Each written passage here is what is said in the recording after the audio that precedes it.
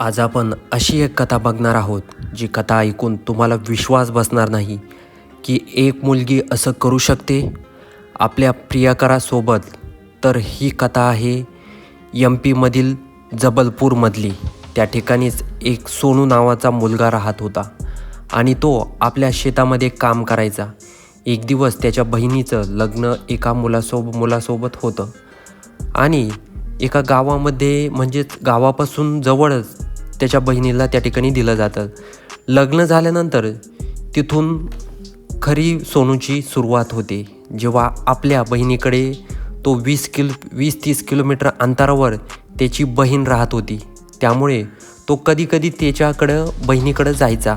तर एक दिवस सोनूची बहीण आणि सोनूची नणंद या दोघीही सोनूच्या घरी काही दिवसासाठी येतात.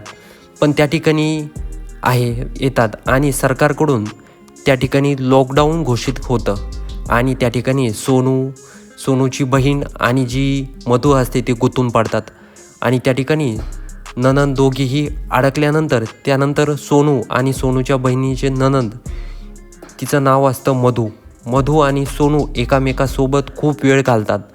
त्यामुळे त्यांच्यामध्ये आधी मैत्री होते. मैत्रीनंतर त्यांचा हे प्रेमामध्ये रूपांतर होतं. यानंतर सोनू मधूला खूप लग्नासाठी विश्वास दाखवतो. मी तुझ्यासोबत लग्न करेन. त्यामुळे सोनू आणि मधू एकामेकासोबत संबंध बनवतात. त्यानंतर सोनूच्या बहिणीला सगळं काही कळतं. सोनूची बहीण सोनूला सांगते, तू मधूपासून लांब राहा, कारण घरच्यांना जर कळालं ना तर तुझ्यामुळे आपला संबंध वाईट होईल.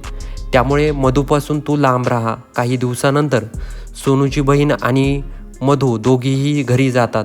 घरच्यांना पण समजतं की सोनू आणि मधूचं प्रेम आहे. त्यांची भेट होऊ देत नाहीत ते. मधूला पण घरचे सत्य दाखवतात, सत्य ताकीद देतात की अजिबात तू इथून पुढे सोनूला भेटायचं नाही. आणि मधूचा एका मुलासोबत साखरपुडा होतो. त्यानंतर सोनू मधूला कॉन्टॅक्ट करतो आणि एका ठिकाणी ते भेटतात आणि त्या ठिकाणीच ते दोघेही पुन्हा संबंध बनवतात. पण यावेळेस सोनू व्हिडिओ काढतो मधूचा, त्यांच्या दोघांचाही, आणि तो व्हिडिओ तसाच त्याच्याकडे ठेवतो. तर दुसरीकडं जी मधू असते तिला खूप फोनवर विश्वास असतो की सोनू काही झालं तरी माझ्यासोबत लग्न करेल. पण सोनू एका त्याच्याच नातेवाईकांच्या मुलीसोबत लग्न करतो आणि मधू या गोष्टीचा धक्का बसतो. त्यानंतर मधू थोडं सोनूला विसरत चालली होती.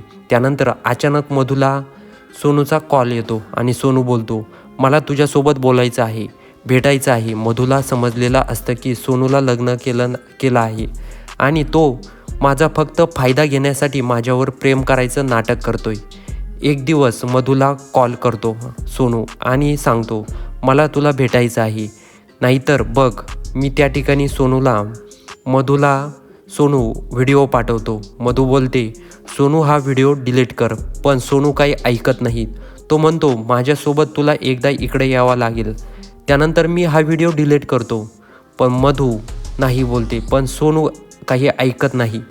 मधूला खूप वाईट वाटलं की सोनू फक्त माझ्यासोबत फायदा घेण्यासाठी माझ्यासोबत प्रेमाचं नाटक केलं आणि सोनू मधूला त्रास द्यायला लागतो. त्यानंतर एक दिवस सोनू मधूला कॉल करतो. त्यानंतर मधूच्या डोक्यात एक भयानक प्लॅन येतो.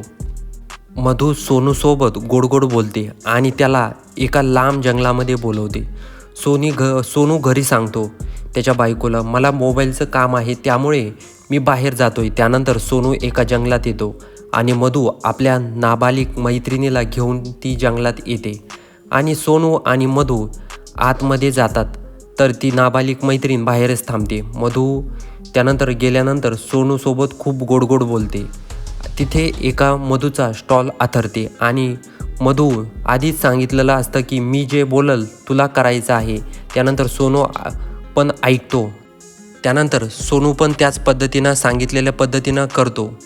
त्यानंतर दोघांचाही त्या ठिकाणी स्टॉल आथरल्यानंतर सोनूला सांगितलेलं असतं की मधूना तू आता इथं झोप. आणि झोपल्यानंतर जी सोनू आहे ती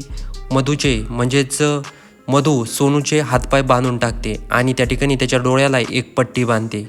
आणि सोनू जेव्हा मधूसोबत बोलायचा प्रयत्न करतो, मधू एक दगड घेते आणि दगडाने सोनूचं डोकं फोडून काढते. ती मधूच्या डोक्यावर इतका वार करते की त्या ठिकाणी सोनू मरण पावतो आणि तेव्हा मधू बोलते, बरं झालं गेला हा.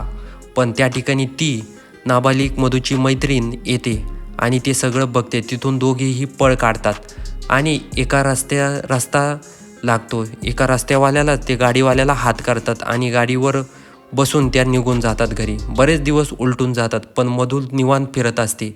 तर इकडं सोनूचे घरचे सोनूला कॉल करतात पण त्याचा फोन बंद येतो. त्यानंतर ते पोलिसांकडे तक्रार नोंदवतात. पोलीस पण शोधाशोध करत असतात. एक दिवस असा येतो की एक व्यक्ती त्याच भागामध्ये गेलेला असतो. तो बघतो तर तिथे एका व्यक्तीचं धड असतं.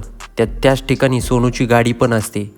पण तेव्हा तो गाडीवरून ओळखतो की ही सोनूची गाडी आहे, कारण तो सोनूला चांगलं ओळखत असतो. त्यानंतर तो सोनूच्या घरच्यांना कॉल करतो आणि सांगतो की त्यानंतर घरचे पोलीस स्टेशनमध्ये जातात. पोलिसांना सगळं काही सांगतात. पोलीस त्या ठिकाणी येतात. मग त्यानंतर ते बघतात तर खूप भयानक पद्धतीनं सोनूला मारलेलं असतं आणि त्या ठिकाणी कुठलाही पुरावा मधून सोडलेला नसतो. त्यानंतर पोलीस चौकशी करतात. सोनूची कॉल लिस्ट चेक करतात. त्यानंतर त्या ठिकाणी सोनूची बायको असते. सोनू आणि तिचे भांडण झालेलं असतं आणि मधूवरून हे भांडण झालेलं असतं. काही दिवसापूर्वी सोनूला बायकोला सगळं काही माहीत झालेलं असतं, सांगितलेलं असतं. त्यावरूनच सोनू आणि जी सोनूची बायको आहे यामध्ये वाद होतात. त्यानंतर घरचे पण सोनूच्या बायकोला जबाबदार धरतात की तुझ्यामुळेच आज असं झालं आहे. जेव्हा पोलीस फोनच्या आधारावर सोनूच्या बायकोला विचारपूस करत असतात तेव्हा सोनूची बायको सांगते की मधू आणि सोनूमध्ये काहीतरी होतं. त्यानंतर मधूला पोलीस चौकशीसाठी घेऊन जातात आणि मधू आधी तर खूप काही कारणं देते, पण त्या ठिकाणी पोलीस रिमांडमध्ये घेतल्यानंतर मधू काय खरं आहे ते सगळं काही सांगते. मधू सांगते की सोनू मला वारंवार ब्लॅकमेल करत होता आणि त्यामुळेच मी रागाच्या भरामध्ये हा प्लॅन आखला आणि प्लॅनप्रमाणे मी सोनूचा काटा काढला. या अशा पद्धतीनं पोलिसांना सगळी काही माहिती मधू देते. तर प्रेक्षक मित्र हो, जे मधूनं सोनूसोबत केलं ते बरोबर आहे की चूक, कमेंटमध्ये नक्की कळवा आणि व्हिडिओ आवडला असेल तर चॅनलला सबस्क्राईब करायला विसरू नका.